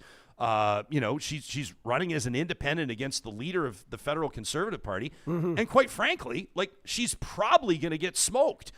But she comes on here, salt of the earth, real life, real perspective, real talk. Our TikTok alone with Bonnie Critchley is closing in on 300,000 views. You know that almost 1 million views of that interview in some way, shape, or form. I look at interviews like that. We titled that episode, I think it's "Who is Bonnie Critchley?" or something. That's what people say. Her campaign literature says, "Who is Bonnie Critchley?" That to me is an interview that I'm proud of. That's something that Real Talk can do, long form, sort of magazine-style interviews where people seek to understand, learn more about people that you're sharing space with, learn more about your fellow Canadians, and that's something that I think we do really well. Has there been an episode that jumped out at you, or a personal favorite, or one that you look back on and you're proud to be a part of? I don't know about favorites. I'm proud of all of them. I'm happy anytime an astronaut's on. Every episode we've had an astronaut on, male or female, is just for me, I other than someone in the military, I don't know if I have any higher respect for someone who's an astronaut. I feel like my fear level on a plane would be X 1,000 if I was going to space, and just the intelligence level of astronomers and astronauts, and I just love space, and so anytime we had an astronaut on was great. But I also want to just give a shout out to kind of our associates, our affiliates, I guess I would say. Anytime we have Max Fawcett on, anytime we have Sapri on, boom, you just know there's going to be bumper sticker quotes coming out of these people. How about Adler?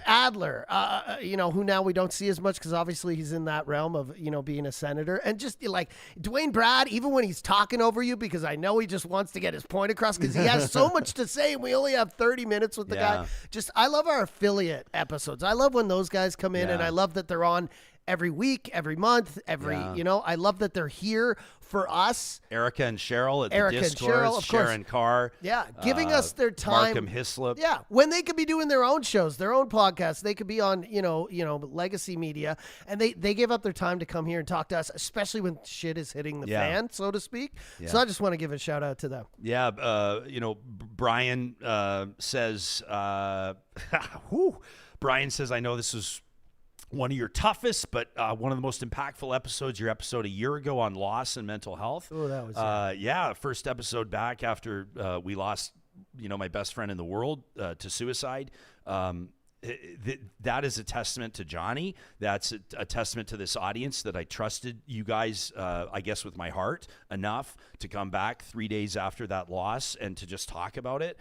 That was a really powerful episode with, Jeremy Allen, a grief educator, as he describes himself. And that was, I believe, the 6th of June of last year. And Noob, I appreciate you bringing that one up. That means a lot. I see Seventh Pilot referring to Bonnie Critchley as the left-wing media hero, which is absolutely amazing. Have you seen? Tell me you didn't watch the interview with telling me. Yeah.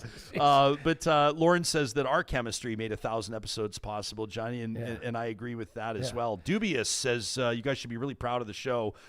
He says the day, Jespo, that you announced or confirmed on Twitter that you were fired, Dubious says, I reassured you that going indie was the wave. And he says, I hope that Stephen Colbert follows the path. Yeah.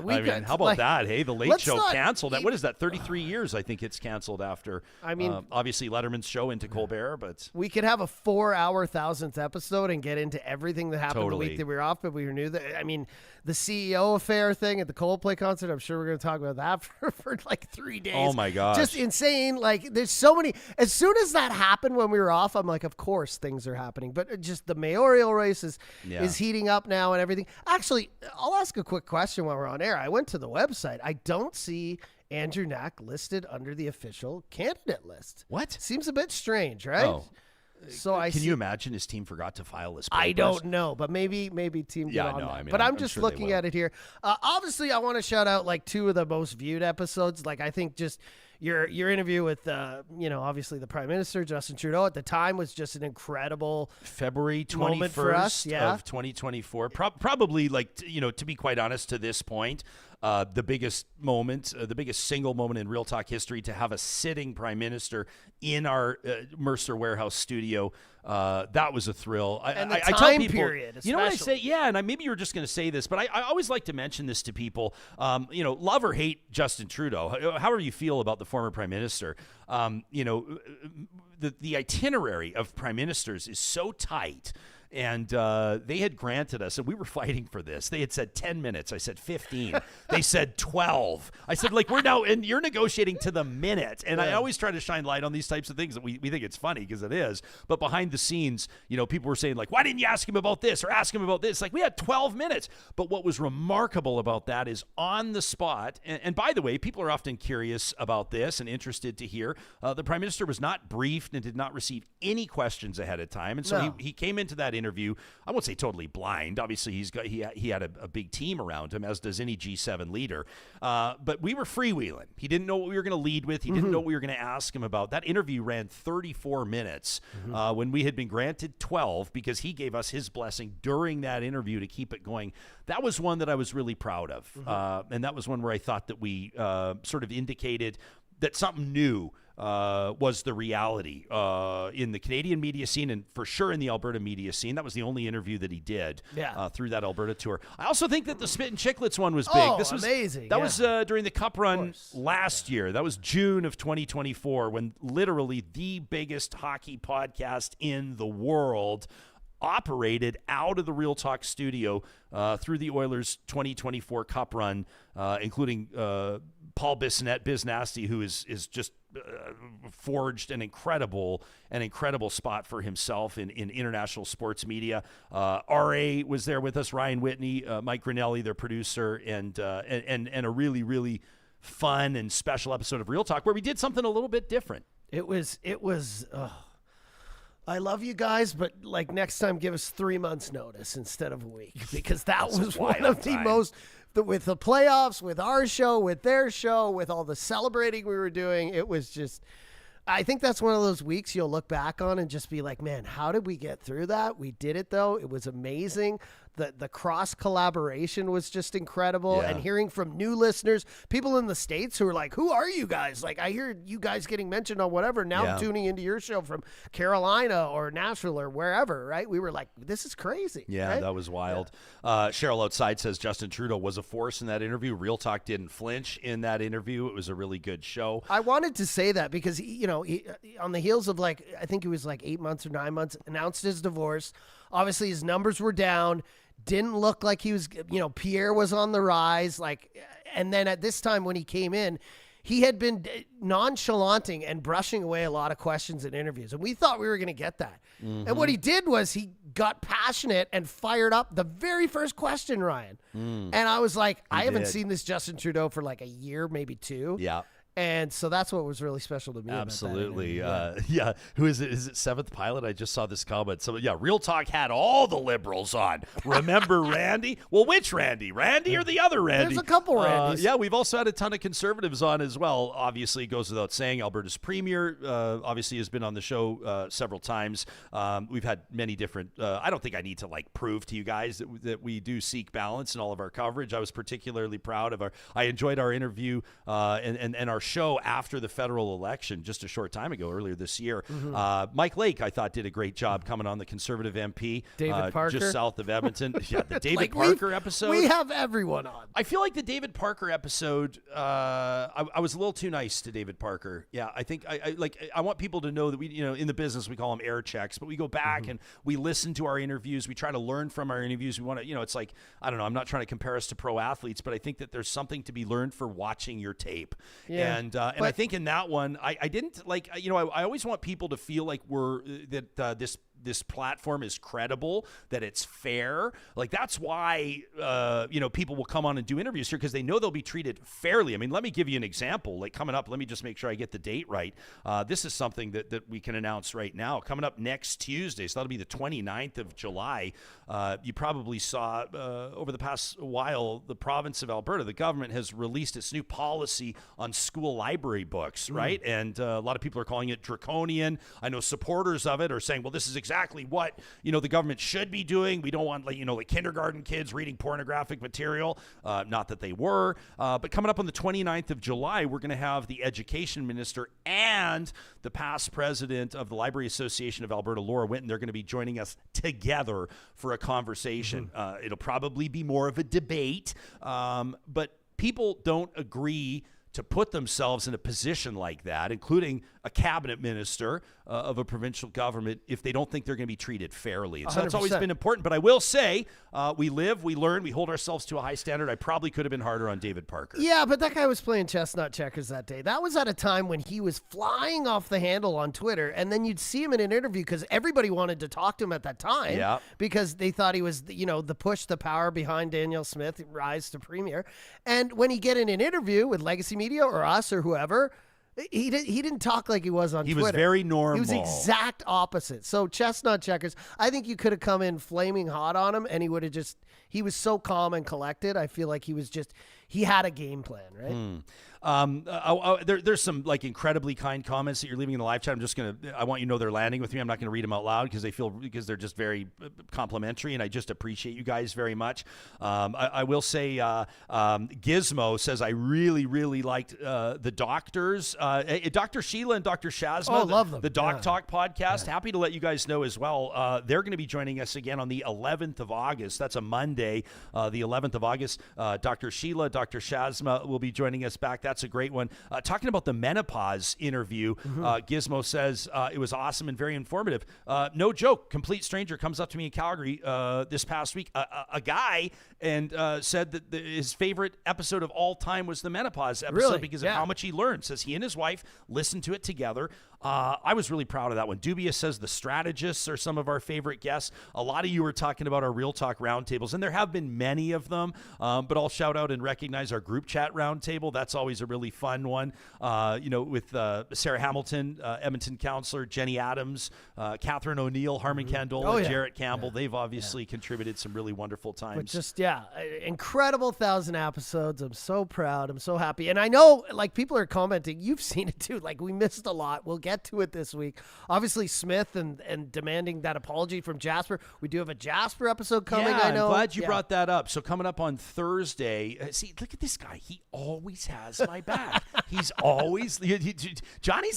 You're so good at these gentle reminders that make it look like I'm not forgetting. I don't want to throw a font up on the screen.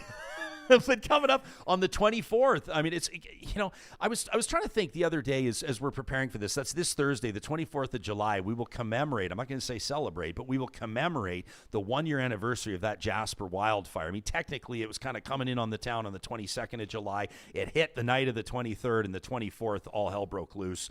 But we'll be leading off with Jasper's mayor, Richard Ireland, and we've got 8 or 9 guests confirmed for that morning. That's going to be a big one. But you will remember our interview with the Premier, with Danielle Smith. She was in the back of an SUV, basically en route to Hinton when they pulled over and talked to us. That was right after the Jasper wildfire. I'm very proud of that episode.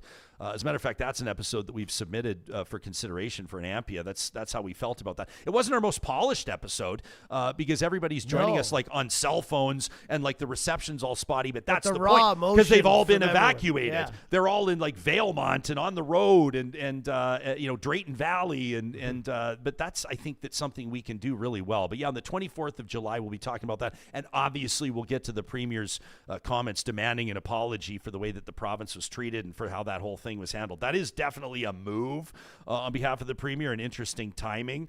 Tony, I love this comment in our live chat, says Tony was at our debate night watch party because of her Patreon support. Thanks, Tony, at Arcadia Brewing. She says, like I said to you at that debate party, you have guests on that I hate, but we need to hear those people. She says they walk amongst us, and she says, and thank you for helping me to be a better listener. Tony, that is honestly the biggest compliment that you could ever pay this show.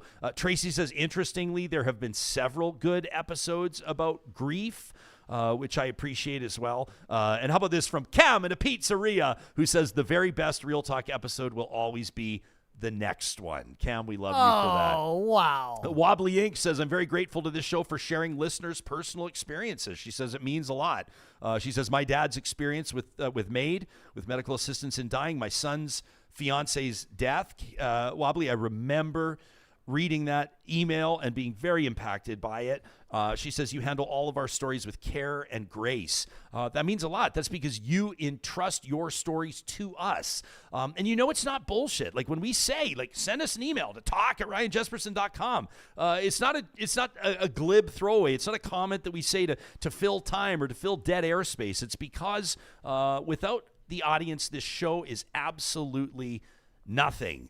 And we sure appreciate the perspectives that you share with us. I feel like more than anything, what this show has proven, we have like, I thought it was interesting. Michael Walters checked himself. Hey, he didn't want to say left wing in that interview. I never say it as a pejorative. I understand where he's coming from, but we've got left wingers. You know who you are, that love this show. I mean, some of you in the live chat right now talking about you've never missed an episode. I saw somebody that just said they're catching up. You're on episode 933. That's incredible. But we've got right wingers that listen to this show. We've got people, centrists. We've got people that have no idea where they are in the political spectrum listening to this show. And that's something that I think is truly special. And I think that one of the reasons why this show continues to expand its footprint and why we continue to grow is that because people have understood that you can come to the show for balanced, real life perspectives on issues that matter to people. And not everybody's doing that. And you and I joke all the time, Johnny, like, one of our, if not our most watched episode of all time,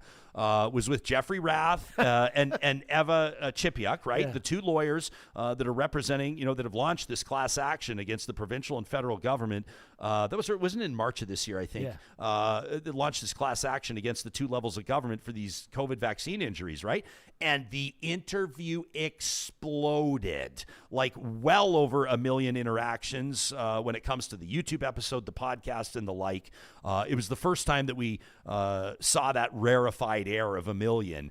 And you and I have talked about how, to be quite honest, in this day and age, you can build a bigger audience faster by being sensational, by throwing credibility and concerns around it out the window, by tapping into the anger and the fear that people feel, because that's where what resonates with a lot of people. But that's not the type of show that we want to do. And a lot of it is performative. We're part-time entertainers. We know what we could come in every day and say on this show to get 1 million views and become billionaires. But do we want to do that? We know exactly what we would have to do, what we would have to say. And that's why when I watch a lot of those shows, when I see a lot of those videos on YouTube, I'm like, I doubt these people are even like this in real life. This is just, hey, everybody's got to make a buck. But the way you do it, like, you still have to go home at night and like live with yourself. You still have to have a sense of morality. So I think what we're doing is,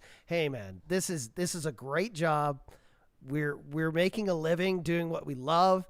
And I also let me shout out our sponsors who have been here, for 1,000 episodes. Let's be honest, paying our salary. Thank you to all of them. Yeah. Our Patreon supporters, our sponsors, like the way that our ads work is, let's do this. We never do this, but not everybody's mentioned on every show. That's just kind of the way it works. But this is a show. This is a mile marker where everybody deserves to be mentioned. And we do appreciate our supporters. You can check them all out at ryanjespersen.com/sponsors. Our friends at Tourism Jasper, My Jasper Memories has been a part of Real Talk since inception. And they've added so much to this show. Mercedes-Benz Edmonton West coming on board and presenting our feature interviews every single day. California Closets, Athabasca University, Canada's Open University, Friesen Brothers, North Road Investment Council, the DQs of Northwest Edmonton and Sherwood Park, with my favorite 5 minutes of every single week, and that's the flamethrower, where you have a chance to blow off a little steam. We haven't even announced this yet, but we're proud to welcome Play Alberta to the fold, and we'll be talking about them a little bit more in the weeks to come. Kuby, Solar by Kuby, Kuby Renewable Energy, incredible. Edmonton Opera, the Edmonton Chamber of Commerce, the Alberta Chambers of Commerce, the Ranch Golf and Country Club. How great is that? And I'll give a shout out to those that will soon be joining us. This is serving as a soft launch of these partnerships. But the Helm, friends, and talking in particular to the fellas looking to dress sharp, look sharp. What do they say? Look good, feel good, play good. Yeah. We'll be talking more about the Helm and Peace Hills Insurance also coming on board this fall, and we want to recognize them. So to the Real Talk sponsors that have been here for us and made this possible, we love you guys. And our friends at YouCan and Edify as well. YOUCAN Youth Services. Yeah. I'm about to profess my love for YOUCAN Youth Services in just a second. We had a chance. Let me just read a couple more of these. This is a special show. Hey, can you just take a wide shot? Can we embarrass a good friend of ours as well? Someone who behind the scenes has been here since the very beginning. One of the most skilled and talented photographers and content creators I've ever met in my life. Carly Watson hanging out with us behind the scenes today. Carly is just back from who are you? You've been shooting for like some incredible bands recently, like Fifi Dobson. Who else did you? Who were like can you remind me off the top? She's a celebrity photographer now. She's like literally like I can't even like, can we even afford you anymore? I don't even know. Carly does nothing but like I insisted today. I said, Carly, invoice us for today, but you've donated your time at event after event, Carly. The photos that you've seen from our Real Talk Golf Classic in support of the Real Talk Julie Rohr Scholarship, the Real Talk Pond Hockey Classic. We're so grateful to have supporters, Carly, like you. This is really neat as well. Like some of you have come on here, and like, how about this from Tracy, who says maybe Real Talk was a lifeline for folks during the beginning of the pandemic of COVID-19. She says, and I do think that's the truth. I mean, like we launched. Hey, don't let this land the wrong way, but I've often said to people, like some businesses, you got to be careful how you say this because people lost their lives. People lost their businesses. COVID was devastating, obviously, but some businesses like COVID was kind of like a perfect storm. Yeah. And for us, it was like everybody was at home. Everybody had upgraded their internet. Yeah. Everybody was investing in better webcams, Everybody and microphones. was going through and, depression right? and anxiety. Isn't that somebody just said they started following Carly because they saw her on the show? Is that right? She was on talking about anxiety. Well, she's and- been on several times talking about and sort of been like an incredible voice and for us on a number of things, including social media and that sort of a thing. But COVID was definitely, the propeller, the projection. Like for me, like obviously I was a big fan of yours and a friend, so that's why I tuned in. But during COVID, Real Talk was just amazing.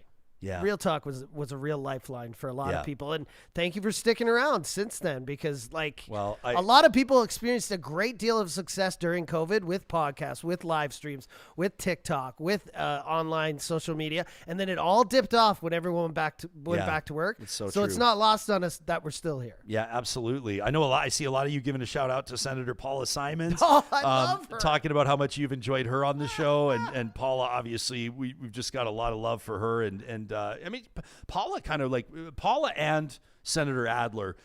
Both really bring, I think, something very real and very important to that red chamber, right? Their characters, they're wired differently. I'm sure that they feel differently about a lot of things, but one area where I know they align is how they feel about people and how empathy is driving their public service now.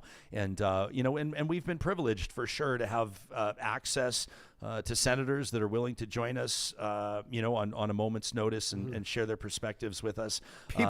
People commenting about the Epstein files, like, oh my gosh! I mean, like, we missed a week. We're not going to get into this. Yeah, this is the Epstein stuff. Implicating Donald Trump has been wild, and obviously we'll spend some time on that this week. I saw somebody that said the Coldplay CEO Jumbotron story is already at 14:59 of its 15 minutes. It is just wild. You know what the biggest thing, and I'll just say this so we can move on because we got to do some other things, and the show is running long, even though it is 1,000.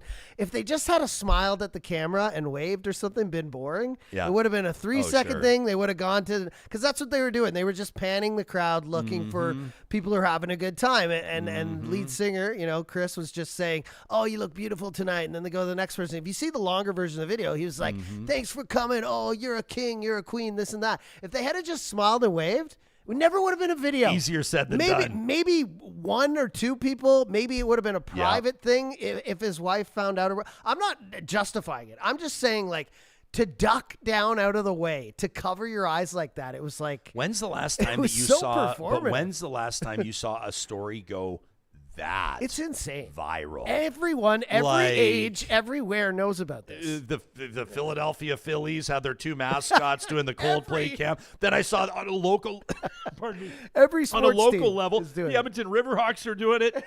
Unbelievable. David T in our chat. David, we see you. We appreciate you. Says he's been a Real Talker since day one. Says he can't believe that it's already episode 1,000. We sure appreciate you. I mean, Marie here with a great comment says, "I love the guests that speak facts, not ideology." She says doctors, scientists, and the like. I'll tell you this, we've had, several. I mean, this is what happens in live talk shows, is that you'll get someone with like a hot take, right? Or someone with a strong opinion. And that's important on a talk show, to make life interesting. Not to say that you open up the platform to people to say outrageous things, to just push buttons and get people all riled up. I mean, I shared that earlier about our perspective on editorial integrity. However, every once in a while, someone will share a hot take that requires follow-up, and a talk show host is not in a position when you're talking about things like virology or you're talking about things like geoscience to necessarily hold someone accountable with the science or the scientific knowledge that would require. And so one of the things that I'm very proud of is that the conversations on this show continue, right? We'll touch on an issue. I mean, I reference coal mining in the Eastern Slopes because that's been sort of a theme that's carried through the first 5 years of the show. That's something that's been on your radar, Canadians, through these 5 years, ever since it kind of surfaced, ever since everybody got wise to what's been happening for quite some time down there around Crow's Nest Pass. But, you have someone on, Robin Campbell, former environment minister in Alberta, now working president of Big Coal, basically. That's not his actual job title. Can you imagine those business cards? President, Big Coal. But he comes on and he goes, well, selenium is just salt. Well, the next morning we have somebody on to discuss selenium, a microbiologist or, someone who's spent their entire career looking into hydrology, the study of water, to better understand that we want this audience, like we say, we want you, having listened to these shows, to be the smartest person in the room. Sure. And that's something we continue to endeavor. I do appreciate how you jump in and we try to fact check on the fly. Like we can't weigh every opinion and every fact that someone gives on the show in real time and try and fact check them. It's also hard, when you have an astrophysicist, what are we going to tell an astrophysicist? Yeah. Especially if they're saying something about opinion. But I do like how you try to hold people's feet to the fire when they're saying something you believe is factually incorrect, but at the same time, we'll get to it the next day. We're gonna go back over what people said on the show. But again, we welcome, like you're saying, we yeah. want that feedback. YouTube comments, hit us up on social media, send us emails, let us know. Dubious says there's been some great shows on harm reduction over the years as well, and good interviews with doctors and actual experts during COVID. I appreciate that. How about this from Jamie? Music to our ears. Jamie says, when I couldn't decide between the multiple solar companies that were showing up at my door, I went with Kuby, because I figured if they were sponsoring a professional show like this, that I could trust them. That's incredible, Jamie, and we appreciate you sharing that. Darren says Real Talk got on his radar with episodes around the new curriculum. That's another great example. I remember Dr. Carla Peck joining us several times to talk about that. Jason Schilling, president of the Alberta Teachers Association. We talked to, I believe it was Adriana LaGrange at the time, when the UCP has decided to throw out the good one we've been working with and introduce a much worse one. That from Darren, and that's something that we wanted to chime in on. This from Jillian, though, who wishes you, by the way, Jillian hailing from Montreal, wishes you a bon fête. I hope I've pronounced that okay. But she also says that she must have stepped away from Real Talk for just a little bit too long because she doesn't have, what are these new crowns I'm seeing in our live Okay, chat? so she says she's dropped in the rankings, Jillian says. These are top fans. These are the people that interact the most, that are in the chat the earliest, that either support with super chats or donate, or not donations, but really lending themselves to the conversation more and more. This morning, it was Jeremy Farkas. You can see that some people will move up. But there's usually only a top 3 I've seen now. I'm getting used to it today, too. Okay, so this is new for us. Yeah, Farkas was up there, and then I saw I think Dubious or Noob moved it up into the first position. But it's basically your interaction with the show. So every day there's a top fan 1 through 3 badge that you'll see, as well as your membership icon. Okay. Ms. KD has just kicked in $10 to the super chat. Says happy 1000th, happy birthday, Johnny. Marie kicking in $28. Marie, she says happy birthday, Johnny. Go out for a great vegan lunch. I can't wait to have Marie. Old fashions. You'll have a steak. I'll have a cauliflower. I won't eat a steak in front of you. Les, thank you for your longtime support, your YouTube channel membership. Les says, why don't you just order Johnny Skip the Dishes and keep the show going? I will say there's a bit of a vibe to this show where we are. I think that I can actually get a parking ticket because I haven't paid for parking in the last hour or so. But this great from Erica, who says, and thank you for your YouTube channel membership, Erica, says, I keep saying I'm going to learn more about mining so I can have a more educated opinion when it's a show topic. She says it's still on my list. I just haven't gotten around to it yet. We've done a ton on mining as well, including a recent Real Talk Roundtable. I don't have the date off the top of my head, but a recent Real Talk Roundtable where we had the former chief scientist for the province of Alberta. We had a 40-year mining veteran, a guy that worked in mining as a professional engineer for 40 years. And I remember, just some of the dust, no pun intended, that interview stirred up as well. We're really proud of that as well. And just the fact that we want to ask people questions. This is a privilege and an honor to sit in this chair and ask the questions that you, our audience, would be demanding answers to, right? When we have the premier in here, when we have the prime minister in here, and you better believe that we're working hard to get the current prime minister in here as well as the leader of the official opposition. The door is always open to Pierre Poilievre, and we refreshed our ask for him as well ahead of that August 18th by-election. But that, is something that's very important to us, that we treat this platform with respect and the interviews with integrity and ask the questions that you expect to have answers. And that's something that we promise that we, all these politicians coming on here making promises. I'll make you this promise, that we will continue to operate this show with integrity, and we will continue to operate this show with the same passion that prompted us to launch this thing nearly 5 years ago.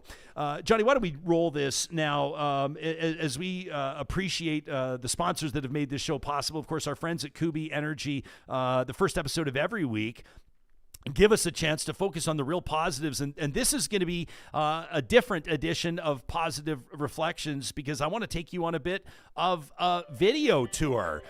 We've been telling you, hinting at really exciting news for our friends at YOUCAN Youth Services. This is an Edmonton-based nonprofit that works very, very hard with young people aged 12 to 18 through their relentless outreach, and then aged 18 to 24 through their Road to Work and Verdo programs. They find housing, they find employment, and quite frankly, they find a new lease on life for young people that have absolutely so much potential, but have run into barriers. They're running into walls.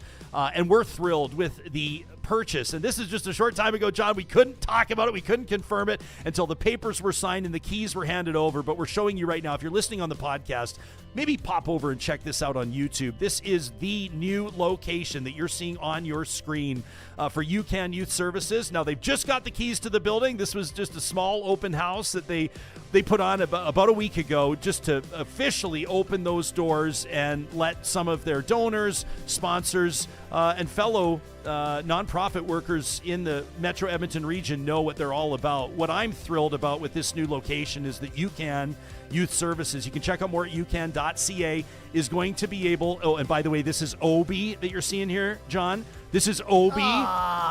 Obi coming up on his 10th birthday, the most beautiful Great Dane I've ever seen in my entire life. But Obi will greet you, most likely, when you arrive at YOUCAN Youth Services. But this increased square footage, this new opportunity, this real estate purchase in downtown Edmonton. This is right on 109th Street and 104th Avenue, a beautiful building right across from the Best Buy there, is going to allow YOUCAN to double their offerings. They're going to be able to double the number of young people that they're working with, the people that they're helping. These are people, quite frankly, that are in many circumstances interacting with the Edmonton police on a regular basis. Well, not when they start working with YOUCAN, not when they recognize not just the opportunities that are available through YOUCAN, John, but also when they recognize that people care about them, when they recognize that their life is not decided for them, that they have opportunities ahead of them, and that they can thrive, not just because of their partnership or their involvement with YOUCAN Youth Services, but because people have faith in them. Nobody had more faith in these young people than Kyle Dubé, and we recognize and remember his legacy.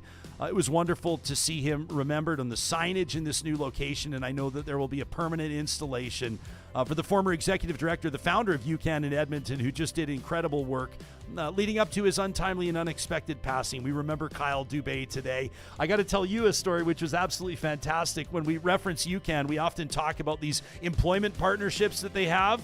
They work with big employers in construction, in road building. We talked about how graduates of YOUCAN's Ready to Work program are working at IKEA. That's a great partnership that we have. And this guy comes up to me at the open house and he goes, I got a beef. He goes, I got a beef with you, Jespersen. I go, let me have it. And he says, my name is Jason. He goes, this is my wife, Rosalind. I go, okay. He goes, we're longtime Real Talkers. I said, thank you very much. Okay.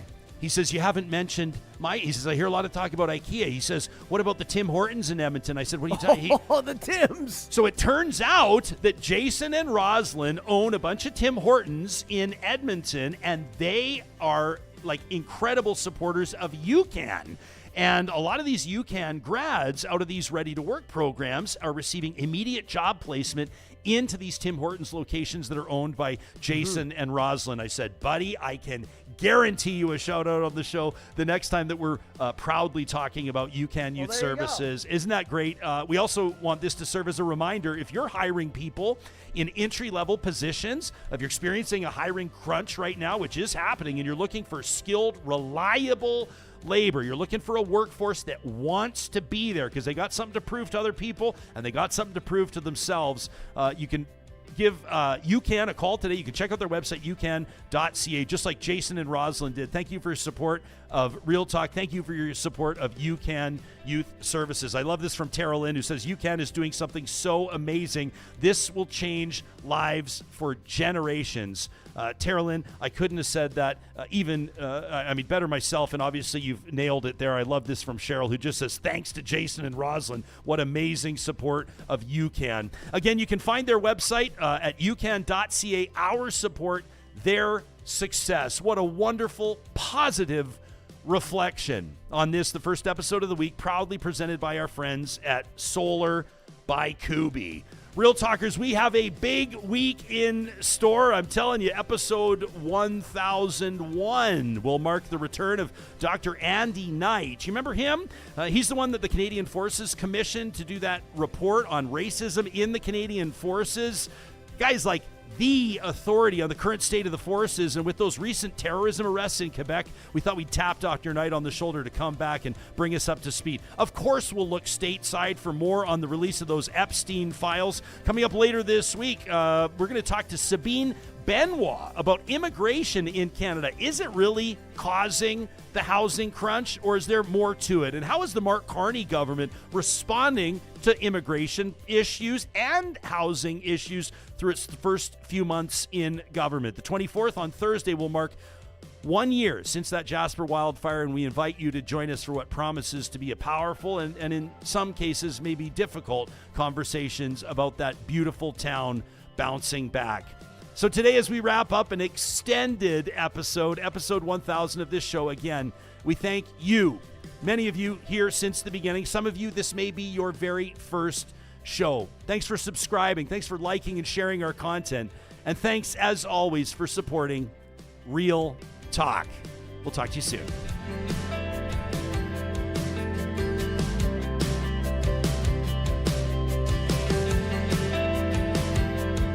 Real Talk is hosted by Ryan Jespersen, executive producer Josh Dunford, technical producer John Hicks, general manager Katie Cook-Chivers, account coordinator Lawrence Derlego, human resources Lena Shepard, website design Mike Johnston, voiceover by me, Carrie Skelton.